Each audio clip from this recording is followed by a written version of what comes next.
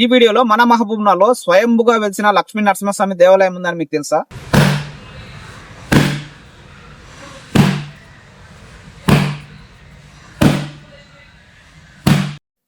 Hi friends, అందరికి నమస్తే. Welcome back to my channel star by blogs. ఈ వీడియోలో మన మహబూబ్నగర్లో స్వయంభుగా వెలిసిన లక్ష్మీ నరసింహస్వామి దేవాలయం ఉందని మీకు తెలుసా? ఈ ఆలయం ఎక్కడ ఉంది, అలాగే ఈ ఆలయం చరిత్ర ఏంది, ఇవన్నీ వీడియోలో ఫుల్ కవర్ చేశాను. వీడియో చాలా ఇంట్రెస్టింగ్ గా ఉంటుంది. ఎక్కడ స్కిప్ చేయకుండా లాస్ట్ వరకు చూడండి. అలాగే కొత్త ఎవరన్నా నా ఛానల్ చూస్తున్నట్లయితే లైక్ చేయండి, షేర్ చేయండి, సబ్స్క్రైబ్ చేయండి. ఈ ఆలయం చరిత్ర చాలా అద్భుతంగా ఉంటుంది. ఎక్కడ స్కిప్ చేయొద్దు. ఓకే, ఈ ఆలయం దగ్గరకు వెళ్దాం రండి. ఈ ఆలయాన్ని దర్శించుకోవడానికి సూర్యోదయం కాకముందే మేము బయలుదేరాము. ప్రజెంట్గా ఇప్పుడైతే దేవాలయానికి కొద్దిగా దూరంలో ఉన్నాము. ఇప్పుడు సూర్యోదయం అవుతుంది. మన మహబూబ్ నగర్ అనగానే గుర్తొచ్చే ఆలయం ఏదన్నా ఉందంటే అది మన్నెకొండ మాత్రమే. కానీ ఆ మన్నెకొండ నుండి 1 కిలోమీటర్ ముందుకెళ్తే స్వయంభుగా వెలిసిన శ్రీ లక్ష్మీ నరసింహస్వామి దేవాలయం అయితే కనిపిస్తుంది. ఈ ఆలయం ఎన్నో ఏళ్ల చరిత్ర కలిగిన దేవాలయం. ఈ ఆలయాన్ని దర్శించుకోవడానికి మేము ఉదయమే బయలుదేరాము. ఈ ఆలయంలో లక్ష్మీ నరసింహస్వామి కొండపైన అయితే వెలిశాడు. ఈ ఆలయానికి ఎంట్రన్స్ అయితే ఈ విధంగా అయితే ఉంటుంది. ఈ ఆలయం మన్నెకొండ నుంచి దేవరకద్ర వెళ్లే రూట్లో లెఫ్ట్ సైడ్ అయితే ఉంటుంది. ఈ ఆలయాన్ని శ్రీ లక్ష్మీ నరసింహస్వామి దేవాలయం మన్నెకొండ అని పిలుస్తారు. ఇక కొండపై వెళ్దాం రండి. ఈ ఆలయంలో లక్ష్మీ నరసింహస్వామి కొండ గుహలో అయితే వెలిశాడు. ఇంకా ఈ ఆలయ చరిత్రలోకి వెళ్తే శ్రీ లక్ష్మీ నరసింహస్వామి హిరణ్యకశిపుని సంహరించిన తర్వాత సతీ సమేతంగా మొదటగా ఇక్కడనే కాలు మొప్పాడని ఇక్కడ చరిత్ర చెప్తుంది. ఈ ఆలయం ఎన్నో ఏళ్ల చరిత్ర కలిగిన ఆలయం. ఈ కమాన్ నుండి 1 కిలోమీటర్ లోపలికి వెళ్తే ఆలయం అయితే మనకు అనిపిస్తుంది. వెళ్దాం రండి. ఈ ఆలయానికి ఇంకొక ఇంట్రెస్టింగ్ విషయం అయితే ఉంది. అది వీడియో లాస్ట్లో చెప్తాను. వీడియో లాస్ట్ వరకు చూడండి.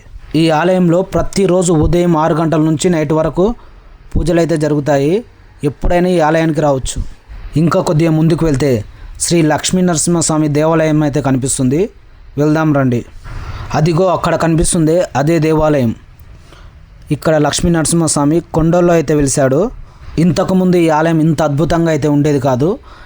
కానీ ఈ మధ్యనే గవర్నమెంట్ ఈ ఆలయ చరిత్ర తెలుసుకొని ఈ ఆలయాన్ని అయితే ఇంత డెవలప్మెంట్ అయితే చేసింది.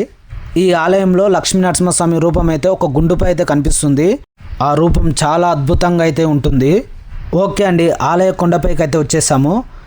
హిరణ్యకశిపుని సంహరించిన తర్వాత శ్రీ లక్ష్మీ నరసింహస్వామి మొదటగా అడుగుపెట్టిన కొండ ఇదే. చూడండి, స్వామి ఇక్కడి నుండే యాదగిరి గుట్టకు పోయాడని కొన్ని చరిత్రలు అయితే చెప్తున్నాయి. ఈ ఆలయాన్ని అహోబిల లక్ష్మీ నరసింహస్వామి ఆలయం అని కూడా అంటారు. ఈ ఆలయాన్ని కొత్తగా ఈ విధంగా అయితే నిర్మించారు. చూడండి, ఈ ఆలయం లోపలికి వెళ్ళగానే కొండ గుహల్లో అయితే లక్ష్మీ నరసింహస్వామి వెలిశాడు. ఈ దేవాలయం పక్కనే దేవాలయ పూజారి అయితే ఉంటాడు. మనం ఎప్పుడొచ్చినా అర్చన కానీ పూజ కానీ చాలా నెమ్మదిగా చాలా ప్రశాంతంగా చేసి పంపిస్తున్నాడు. ఈ ఆలయ రక్షకులుగా 2 దేవుళ్ళు అయితే వెలిశారు. ఇక్కడ లోపలికి వెళ్ళినప్పుడు చూపిస్తాను వాళ్ళిద్దరిని. ఈ ఆలయానికి వచ్చి ఎలాంటి కోరికలు కోరుకున్నా తొందరగా నెరవేరుతాయంట. ఓకే అండి, ఆలయంలోకి వెళ్దాం రండి. ఆలయం లోపలికి వెళ్ళగానే ఎంట్రన్స్ ఈ విధంగా అయితే ఉంటుంది. చూడండి, ఆలయ కడప మొక్కి లోపలికి అయితే బయలుదేరాను. ఈ ఆలయానికి గంట దర్వాజా పక్కనే ఉంటుంది. లోపల గంటలు కానీ మరి ఎలాంటివి ఉండవు. కొద్దిగా ముందుకు వెళ్ళగానే ఈ ఆలయాన్ని కాపాడడానికి 2 రక్షక దేవుళ్ళు ఉన్నారని చెప్పాను కదా, వాళ్ళు వీళ్ళే. చూపిస్తాను చూడండి. కొద్దిగా మెట్లెక్కి ముందరకు వెళ్ళగానే ముందుగా వాళ్ళే కనిపిస్తారు మనకు. చూడండి ఒకసారి. ఒక సైడు ఆంజనేయ స్వామి, మరొక సైడు గరుడావంతుడు ఇద్దరు కనిపిస్తారు మనకు. ఈ ఆలయానికి 2 రక్షక భటులాగా పనిచేస్తారు. ఈ ఆలయాన్ని చెడు శక్తుల నుంచి లోపలికి రాకుండా కాపాడడానికి శ్రీ లక్ష్మీ నరసింహస్వామి వీళ్ళిద్దరిని నియమించాడంట ఇక్కడ. అందుకే స్వామివారి దర్శనం కన్నా ముందు ఈ 2 దేవుళ్ళ దర్శనం అయితే జరుగుతుంది మనకు. ఓకే అండి, స్వయంభుగా వెలిసిన శ్రీ లక్ష్మీ నరసింహస్వామి దగ్గరికి వెళ్దాం రండి. ఆయన దగ్గరికి వెళ్ళాలంటే ఈ గుహలో నుంచి వెళ్ళాలి. చూడండి, ప్లేస్ ఎంత నిర్మానుషంగా ఉందో. ఇక్కడ నుండి కొద్దిగా ముందుకు వెళ్ళగానే ఆయన ఉండే ప్లేస్ అయితే కనిపిస్తుంది. చూడండి, ఇక్కడనే స్వయంభుగా వెలిశాడు శ్రీ లక్ష్మీ నరసింహస్వామి. ఒకసారి మొత్తం చూపిస్తాను. చాలా అద్భుతంగా అయితే ఉంటుంది ఆయన రూపం. ఒకసారి చూడండి మీరు కూడా. ఇక్కడే కాకుండా లెఫ్ట్ సైడ్ స్వయంభూ వెలిసిన శ్రీ లక్ష్మీ నరసింహస్వామి రూపం అయితే వెలిసింది. అక్కడ ఫొటోస్ వీడియోస్ తీయొద్దంట. ఓన్లీ దర్శనం చేసుకున్న వాళ్ళకి మాత్రమే అక్కడికి వెళ్ళి దర్శనం చేయించుకొని తీసుకొస్తున్నారు. అందుకనే మనం ఈ వీడియోలో చూపించలేదు. వీడియో స్టార్టింగ్లో ఒక ఇంట్రెస్టింగ్ విషయం ఉంది, లాస్ట్లో చెప్తానని చెప్పాను కదా. ఇప్పుడు మనమున్న గుహదారే మన్నెకొండ గర్భగుడికి అయితే పోతుందంట ఇక్కడ నుండి. ఇప్పుడు ఇక్కడ నుండి పోకుండా ద్వారం అయితే మూసివేశారు. ఒకప్పుడు మునులు ఋషులు ఈ ద్వారి నుండే మన్నెకొండ వరకు వెళ్ళేవారంట. అంత ప్రాచీనమైన ఆలయం ఇది. అంతేకాకుండా ఈ కొండపై ఎంతోమంది మునులు ఋషులు తపస్సు చేసేవాళ్ళంట. ఎన్నో సంవత్సరాలు దీర్ఘకాల తపస్సు కూడా జరిగిందంట ఇక్కడ. ఈ దేవాలయంలో ఏప్రిల్ మే నెలల్లో స్వామివారి కళ్యాణం కూడా జరుగుతుందంట. కళ్యాణం జరిగినప్పుడు ఇక్కడ జాతర కూడా జరుగుతుందంట.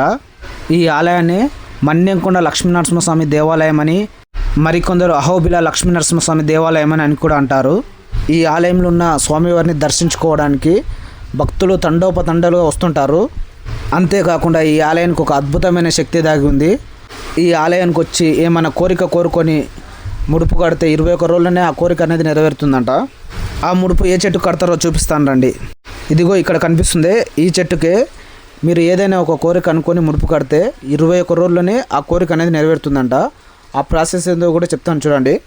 ఈ ఆలయానికి వచ్చి ఫస్ట్ డే ఒక కోరిక కోరుకొని ఫస్ట్ డే ముడుపు కడితే అలా 21 డేస్ రెగ్యులర్గా వచ్చి 21 డే రోజు కూడా ముడుపు కట్టి ఇదే చెట్టుకు ముడుపు కట్టి నీ కోరిక చెప్పుకుంటే తొందరగా నెరవేరుతుందని ఇక్కడ వాళ్ళ నమ్మకం. చూడండి, చాలామంది వచ్చి ఇక్కడికి వచ్చి వాళ్ళ కోరికలు కోరుకొని ముడుపులు అయితే కడుతూ ఉంటారు. ఈ దేవాలయానికి కింది భాగంలో ముడుపుల చెట్టు అయితే ఉంటుంది. దేవాలయం అయితే కొండపై ఉంటుంది. ఇక్కడ నుండి చూపిస్తాను చూడండి ఒకసారి. దేవాలయం అక్కడ కొండపై ఉంటుంది. ఈ ముడుపుల చెట్టు మాత్రం ఇక్కడ కింది భాగంలో ఉంటుంది.